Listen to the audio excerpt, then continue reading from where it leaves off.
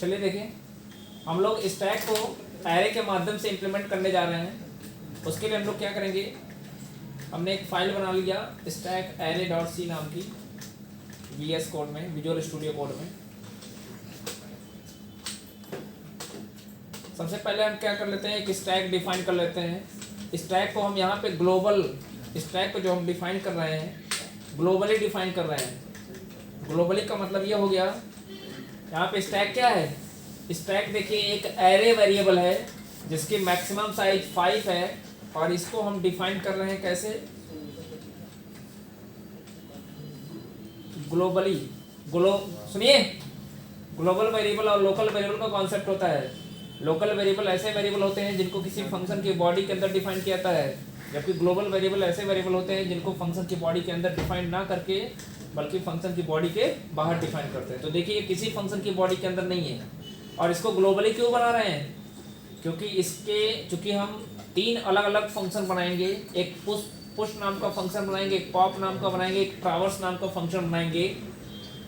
तो चूंकि अलग अलग फंक्शन की कॉलिंग के दौरान यह वेरिएबल लॉस ना हो, इसलिए हम इसको क्या डिफाइन कर रहे हैं, इसको हम किस तरीके से डिफाइन कर रहे हैं, ग्लोबली। ये स्टैक हो गया। और हमने आपको बताया था कि इनिशियली एक टॉप नाम का वेरिएबल लेंगे, इस टॉप को भी मैं ग्लोबली डिफाइन करना चाहूँगा, और इसकी वैल्यू मैं बाय डिफॉल्ट किससे इनिशियलाइज कर दूंगा, -1 से। ठीक है। अब क्या करते हैं,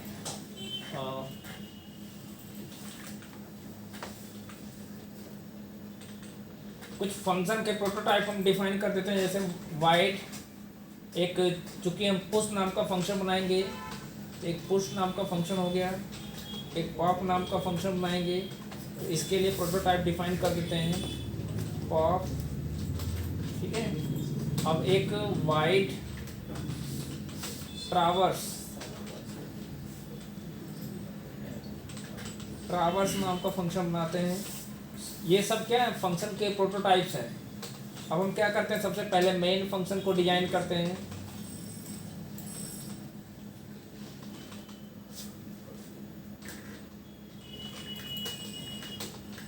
मेन फंक्शन के अंदर हम सबसे पहले एक ओपीटी नाम का वेरिएबल लेते हैं। ओपीटी का मतलब ऑप्शन से है। यहाँ पे हम एक मीनू डिजाइन करेंगे। ठीक है। मीनू आप डिजाइन करिएगा कहाँ पे, वाइल लूप में, वाइल इनफाइनाइट लूप में। मैं यहाँ पे दे दिया 1, और यहाँ पे हम अब मीनू डिजाइन करेंगे।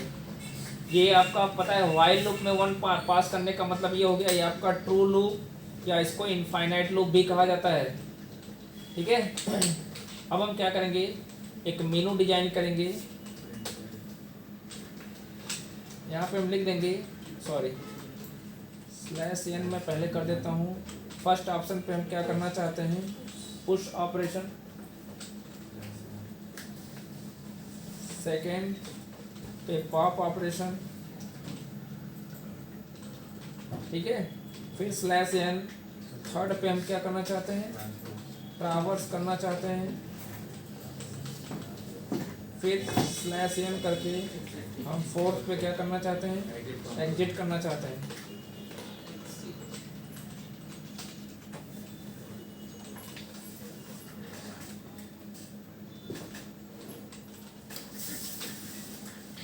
ठीक है। एग्जिट,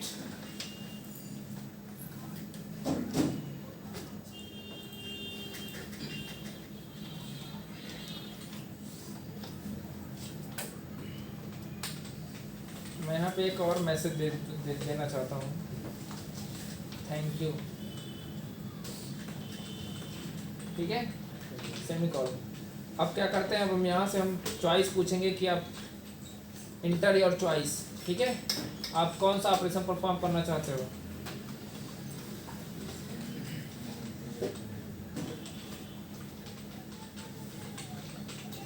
इसके लिए स्कैनफ यूज करेंगे।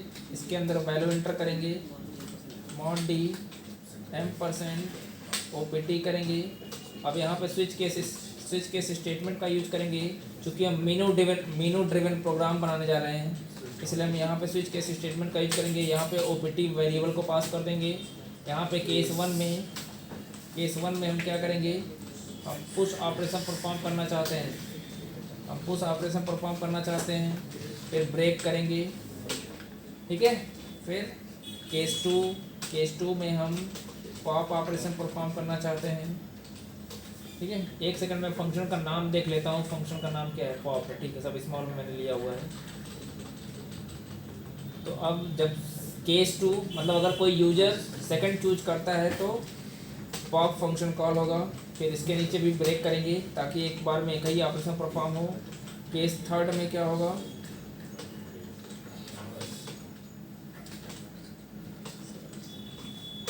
यहाँ प्रिंटअप में लिख देंगे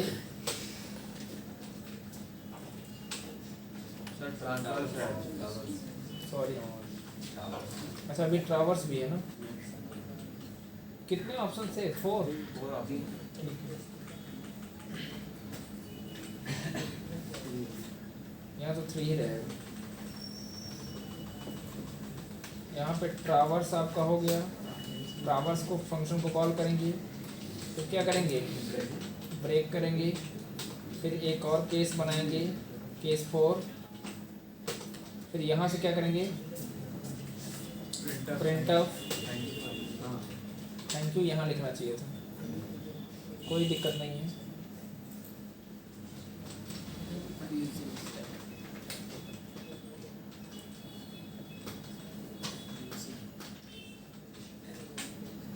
ठीक है, इसके बाद क्या करेंगे?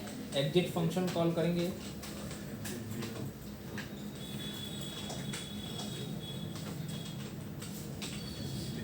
उसके बाद डिफ़ॉल्ट भी बना लेते हैं ताकि यूजर अगर इसके अलावा कोई ऑप्शन चूज करता है तो वो लिख के आए इनवैलिड चॉइस।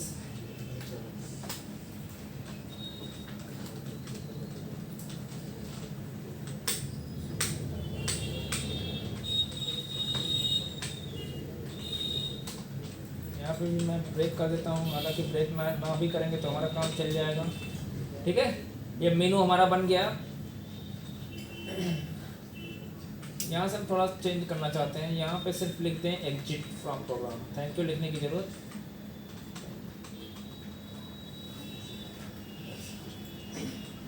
अब क्या करते हैं? एक फंक्शन को डिजाइन करते हैं। सबसे पहले हम किसको डिजाइन करेंगे? Wide push operation push function को डिजाइन करने जा रहे हैं। ये फंक्शन को डिफाइन करने जा रहे हैं। यहाँ पे हम एक वेरिएबल लेंगे सबसे पहले नम नाम का, जिसके अंदर हम नंबर को एंटर करेंगे। ठीक है, अब सबसे पहले हम लोग ये चेक करेंगे, ध्यान समझिएगा। सबसे पहले हम लोग ये चेक करेंगे कि स्टैक हमारा फुल तो नहीं है। तो स्टैक कब फुल होगा? If top is equal to, अब यहाँ ध्यान से देखिएगा, यहाँ पे स्टैक की साइज हमने कितना लिया हुआ है? स्टैक की साइज हमने कितना लिया हुआ है? 5। स्टैक की साइज हमने कितना लिया हुआ है? 5। तो इसका मतलब ये हो गया कि स्टैक के केस में जो मेमोरी स्पेस बनेगा वो कुछ इस तरीके से बनेगा।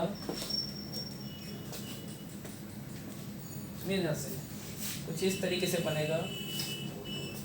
ये मान लीजिए हमारा स्टैक है और इसमें मेमोरी स्पेस कुछ इस तरीके से बनेगा। Index number 0 1 2 3 4। और आपने अगर यहाँ पे ध्यान से देखिए तो हमने इनिशियली टॉप को कहाँ पे रखा है? -1। इनिशियली हमने टॉप को कहाँ पे रखा है? -1। समझ में आ गया? तो टॉप हमारा कब फुल होगा?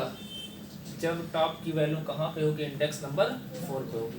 तो चूंकि स्टैक की साइज फिक्स है, कितना है? 5 है, इसलिए हम क्या कंडीशन लगाएंगे? कब स्टैक हमारा फुल होगा?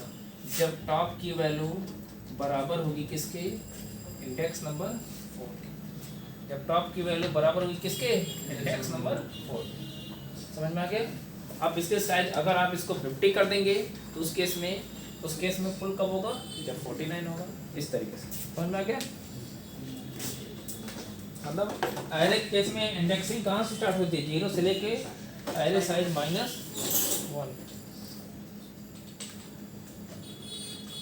तो हम यहाँ पे कंडीशन लगाते हैं if top is equal to 4 के।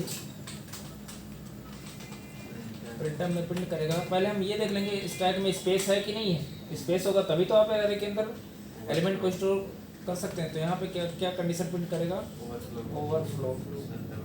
इसको डबल कोट्स में करना चाहिए। ठीक है, ओवरफ्लो रहेगा, एग्जिट नहीं करना है। नहीं आप पॉप करिए, एग्जिट क्यों करेंगे? फिर हमसे चॉइस पूछे ना, ओवरफ्लो हो गया है, ओवरफ्लो नहीं करेंगे, सॉरी एग्जिट नहीं करेंगे। एल्स अभी फिलहाल देखिए, अभी चूंकि स्टैक हमने बनाया है तो डायग्राम आपको दिख रहा है, स्टैक में अभी फिलहाल कोई एलिमेंट नहीं है। अच्छा एक चीज़ और, मैंने स्टैक को ग्लोबली डिफाइन किया है, तो बाय डिफ़ॉल्ट इसके अंदर जो वैल्यू होगी वो बाय डिफ़ॉल्ट 0 वैल्यू स्टोर होगी, ध्यान समझिएगा। बाय डिफ़ॉल्ट इसके अंदर कौन सी वैल्यू स्टोर होगी? लेकिन अगर वेरिएबल लोकल होता, लोकल वेरिएबल जो होते हैं वो बाय डिफ़ॉल्ट गार्बेज वैल्यू को कंटेन करते हैं, जबकि जो ग्लोबल वेरिएबल होते हैं उनके अंदर बाय डिफ़ॉल्ट कौन सी वैल्यू होती है? 0। समझ में आ गया? इसका मतलब ये हो गया कि स्टैक के हर एक इंडेक्स नंबर पे कौन सी वैल्यू मौजूद है? 0। अब क्या करेंगे, सुनिए ध्यान से। सबसे पहले हम क्या करेंगे, प्रिंटफ से एक नंबर एंटर करेंगे, क्योंकि अभी स्पेस खाली है, स्टैक हमारा ओवरफ्लो। अभी इस समय देखिए टॉप में कितना है, इस समय डायग्राम को देखिए टॉप में कितना है, -1 पे है, टॉप हमारा -1 पे है, तो -1 इज इक्वल टू 4 के फॉल्स होगा। तो यहाँ पे आएंगे डेटा आइटम स्कैनफ, और यहाँ पे क्या करेंगे mod d, और यहाँ पे क्या करेंगे %। ठीक है, अब क्या करेंगे, सबसे पहले टॉप को लाएंगे, बढ़ाएंगे कहाँ पे? 0 पे। तो 0 पे लाने के हमको सबसे पहले टॉप में इंक्रीमेंट करना पड़ेगा। तो टॉप में इंक्रीमेंट करने के लिए मैं क्या करता हूँ, टॉप प्लस 1। टॉप प्लस 1 का मतलब कितना हो गया? Top is equal to top plus 1 का मतलब हो गया टॉप हमारा कहाँ जाएगा? देखिए इस लाइन का मतलब हो गया टॉप अभी हमारा -1 पे, -1 + 1 करेंगे तो कितना हो जाएगा? 0। यानी टॉप हमारा कहाँ गया? Index number 0। ठीक है, अब क्या करेंगे, अब चूंकि नंबर हम एंटर कर चुके हैं, अब इसके बाद हम लोग क्या लिख सकते हैं? इसके बाद हम लोग लिख सकते हैं स्टैक के टॉप पोजीशन पे, स्टैक ऑफ टॉप पे हम किसको असाइन कर सकते हैं? नम को। कर सकते हैं कि नहीं कर सकते हैं? तो जो भी नंबर हम इस नम नाम के वेरिएबल में देंगे वह नंबर कहाँ जाके स्टोर हो जाएगा? स्टैक के टॉप पोजीशन पे। हो जाएगा नहीं हो जाएगा? तो अगर हमने नंबर मान लीजिए दे दिया 40, तो 40 कहाँ जाके स्टोर हो जाएगा? स्टैक के टॉप पोजीशन यानी 0। तो करते हैं,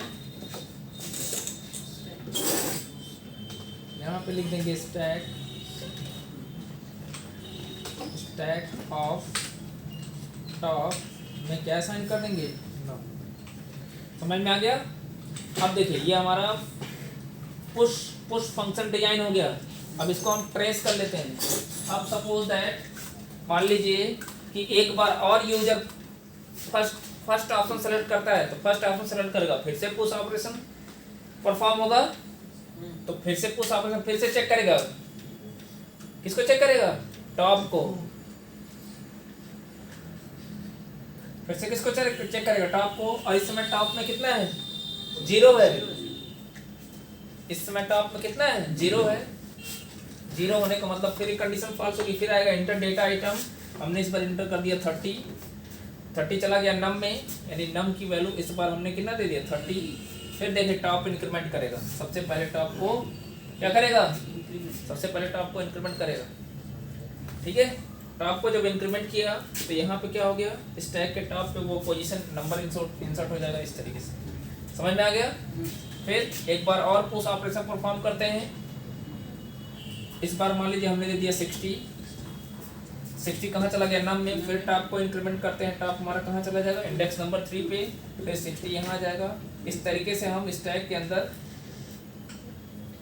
एलिमेंट को स्टोर कर सकते हैं। अब मान लीजिए एक बार और हमने पुश ऑपरेशन परफॉर्म किया, ठीक है, इस बार कोई एलिमेंट हमने दे दिया 80, तो एलिमेंट एंटर हो गया, फिर टॉप इंक्रीमेंट हो जाएगा। ठीक है, टॉप हमारा कहाँ आ गया? 4 पे, यानी 80 यहाँ पे आके स्टोर हो गया। एक बार और पुश ऑपरेशन परफॉर्म करना चाहते हैं, आप ध्यान से सुनिएगा, एक बार और पुश ऑपरेशन परफॉर्म करना चाहते हैं, तो इस समय टॉप हमारा कहाँ पहुँच गया है? 4 पे। और फिर से हम एक एलिमेंट इंसर्ट, एक बार और हमने क्या किया? एक बार और फर्स्ट ऑप्शन सेलेक्ट किया, तो पुश फंक्शन कॉल होगा। पुश फंक्शन कॉल होने का मतलब ये हो गया कि यहाँ से कॉल होगा। अब यहाँ देखिए क्या होगा, यहाँ पे क्या होगा?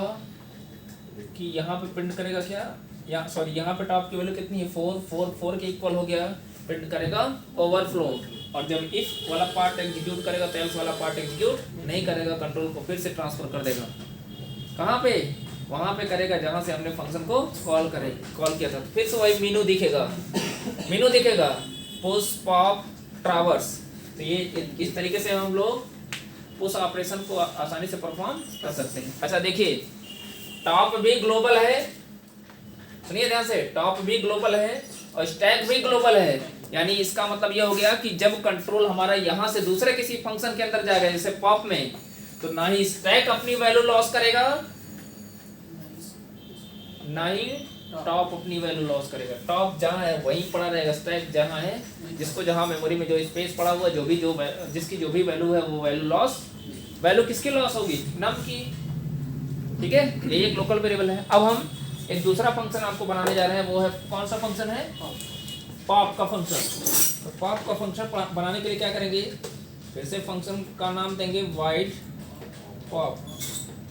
अब पॉप कैसे करेंगे, सबसे पहले हम यहाँ पे भी एक नम नाम का वेरिएबल लेंगे।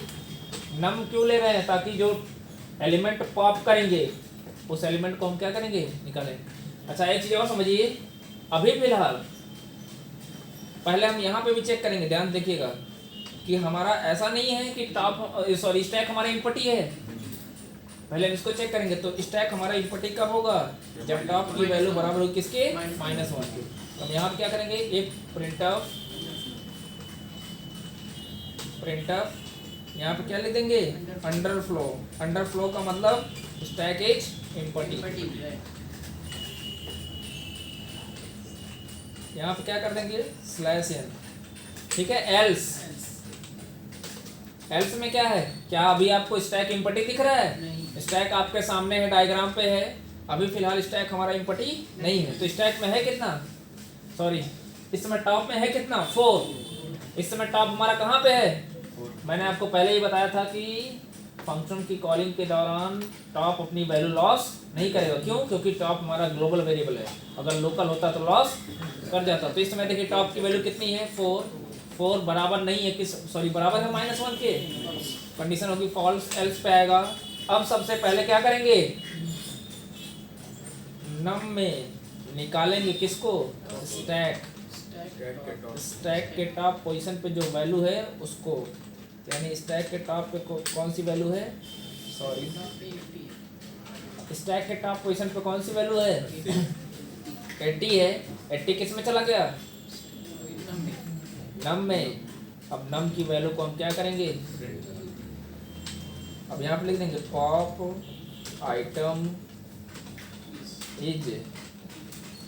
आइटम इज, और इसकी वैल्यू mod d। इसको कैसे प्रिंट कराएंगे, /n करके प्रिंट कराएं, कैसे कराएं, चलिए ठीक है, कोई दिक्कत नहीं। यहाँ पे मैं क्या करता हूँ, /n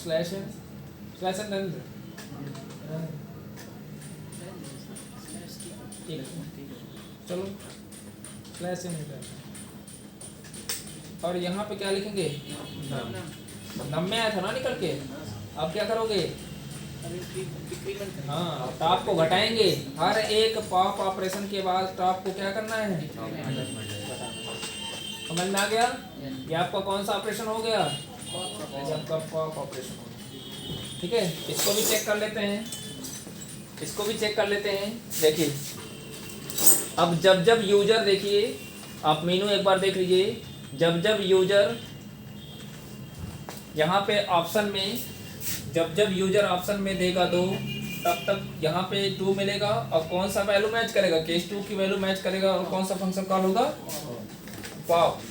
अब पॉप फंक्शन पे चलते हैं, और अभी हमारी करंट सिचुएशन ये है, बस इस समय देखिए नम का वेरिएबल है, इसमें टॉप हमारा कहाँ पे है, 4 पे है।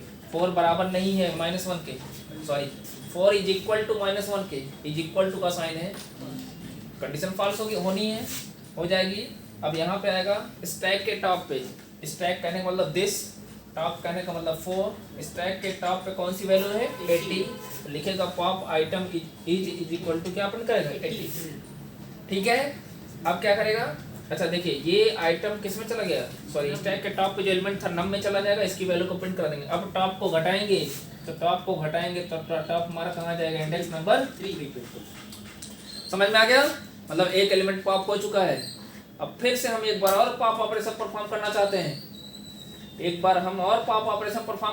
हैं, तो उस केस में होगा क्या, ऐसे हम ऑप्शन कौन देंगे, ओपीटी में हम सेलेक्ट करेंगे क्या, ओपीटी में हम क्या सेलेक्ट करेंगे 2।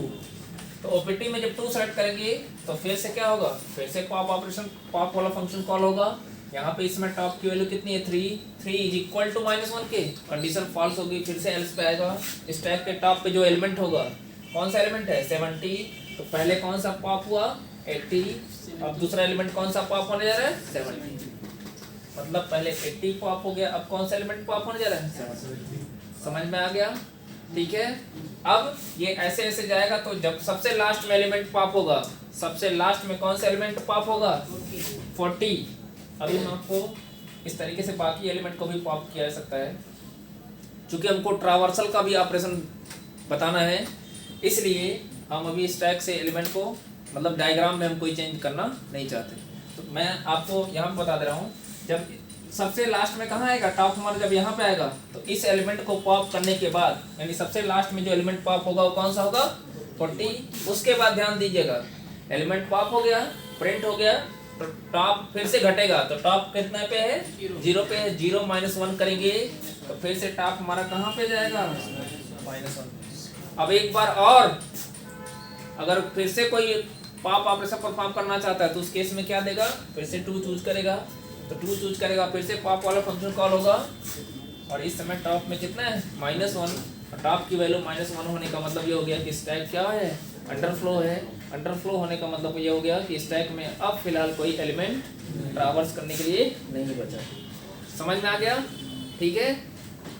अब थोड़ी देर के लिए हम मान लेते हैं, अब एक फंक्शन हमको और बनाना है ट्रावर्स का, ठीक है, लेकिन हम ट्रावर्स फंक्शन के लिए हम स्ट्रक्चर में थोड़ा सा चेंज करते हैं। चेंज क्या करते हैं, मान लीजिए कि स्टैक के अंदर कुल कितने एलिमेंट स्टोर हैं 3, मतलब ना ही स्टैक हमारा फुल है, क्योंकि दोनों केस के लिए मैंने बता चुका हूँ, स्टैक फुल भी, ओवरफ्लो की कंडीशन भी बता चुका हूँ और अंडरफ्लो की भी कंडीशन बता चुका हूँ।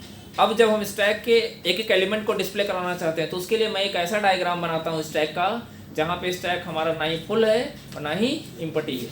हम उस डायग्राम के बेसिस पे स्टैक के ट्रावर्सल वाले ऑपरेशन को समझने का प्रयास करते हैं, ठीक है। तो अब इस समय देखिए, इस समय टॉप हमारा कहाँ पे होगा,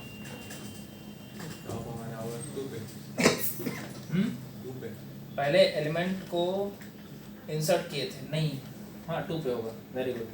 कहाँ पे होगा 2 पे होगा। फिर से जब पॉप ऑपरेशन करेंगे तो सबसे पहले टॉप बढ़ेगा, फिर जाके वैल्यू को इंसर्ट करेंगे, तो इस समय टॉप हमारा कहाँ पे होगा 2 पे होगा। अब ट्रावर्सल में क्या होना चाहिए, सुनिए ध्यान से, ट्रावर्सल में क्या होना चाहिए कि इंडेक्स नंबर 0 से वैल्यू को प्रिंट कराना स्टार्ट करना है। सबसे पहले किसको एक्सेस करोगे, इंडेक्स नंबर 2 के एलिमेंट को, फिर 1 वाले एलिमेंट को, फिर 0 वाले एलिमेंट। समझ में आ गया, और एक एक एलिमेंट को हम क्या करेंगे प्रिंट कराएंगे। समझ में आ गया, ट्रावर्सल में क्या होगा, कहानी हम स्टैक के अंदर एलिमेंट को एक एक करके एक्सेस करेंगे, एक्सेस करके क्या करेंगे प्रिंट कराएंगे। तो प्रिंट कहाँ से कराओगे भाई, टॉप आपका इस समय कहाँ पे है, इस डायग्राम के अकॉर्डिंग टॉप हमारा कहाँ पे है 2 से है, तो 2 से पहले 2 को एक्सेस करेंगे प्रिंट करेंगे, फिर 1 को एक्सेस करेंगे प्रिंट करेंगे, फिर ठीक है। तो इसको कैसे करेंगे इसको देखते हैं। तो इसके लिए मैं एक फंक्शन बनाता हूँ ट्रावर्स नाम का, जिसका प्रोटोटाइप हमने ऑलरेडी डिफाइन करके रखा हुआ है। यहाँ पे मैं एक फंक्शन बनाता हूँ ट्रावर्स नाम का,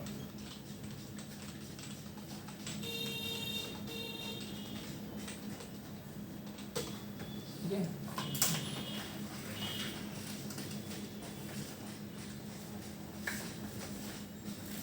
ठीक है, अब देखिए यहाँ पे एक आई नाम का वेरिएबल लेते हैं, ठीक है, एक आई नाम का वेरिएबल लेते हैं और एक लूप चलाते हैं। लूप कहाँ चलाएंगे, टॉप से। लूप कहाँ चलेगा, टॉप से, बात समझिएगा। टॉप से चलने का मतलब ये हो गया, इस डायग्राम में टॉप कहाँ पे इंडेक्स नंबर 2 पे है, और आई कहाँ तक चलेगा ग्रेटर आर इक्वल टू 0 के, जब तक आई की वैल्यू बड़ी या बराबर हो किसके 0 के, और आई को घटाएंगे, ठीक है, आई को हम घटाएंगे। अब प्रिंट किसको कराओगे? नहीं यार, टॉप कहाँ घट रहा है, आई घट रहा है।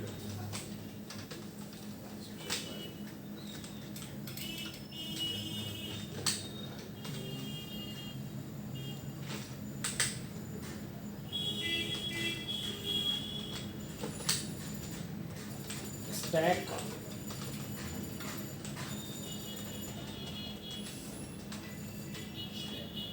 ऑफ,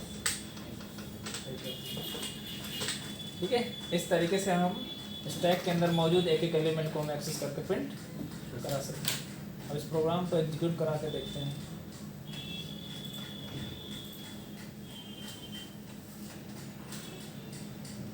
देखिए हमारे पास मीनू दिख गया।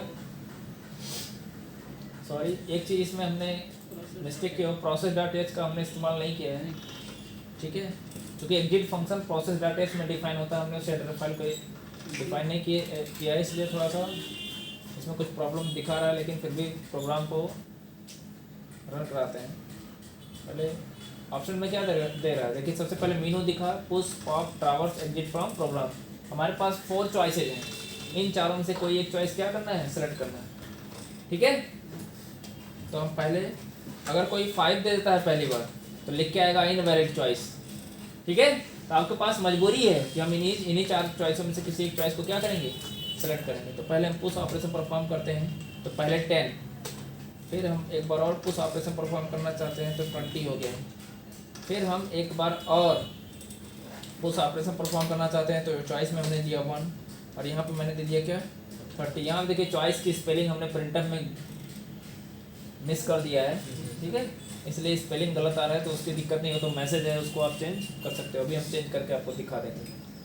फिर डेटा आइटम में से 30, अब देखिए ट्रावर्स करेंगे तो पहले 30 दिखेगा, फिर 20 दिखेगा, फिर 10 दिखेगा, क्योंकि सबसे पहले किसको स्टैक एक्सेस कर रहे हैं, टॉप ऑफ द स्टैक, यानी हम कौन सा चूज करेंगे, थर्ड। देखिए 30, 20 और 10, इसमें ऑलरेडी रिवर्स ऑर्डर में एलिमेंट को एक्सेस किया जा रहा है। समझ में आ गया, ठीक है। अब हम पॉप ऑपरेशन भी करके दिखा देते हैं। चॉइस में दे दिया हमने 2, चॉइस में हमने दे दिया तो कह रहा है क्या मैंने, अच्छा देखिए पॉप आइटम इज 30, मतलब जो एलिमेंट आपने पॉप किया है वो कौन सा। अब आप बताइए, यहाँ पे आप देख सकते हो टॉप ऑफ द स्टैक पे कौन सा एलिमेंट था, 30 था, तो पहले 30 पॉप हो गया कि नहीं हो गया, समझ में आ गया। इस तरीके से हम स्टैक को एरे के माध्यम से, एरे का कॉन्सेप्ट यूज करते हुए हम स्टैक को आसानी से इम्प्लीमेंट कर सकते हैं। धन्यवाद। एक सेकंड, हम यहाँ से चौथा ऑप्शन यूज करके हम बाहर आ जाते हैं। Thank you.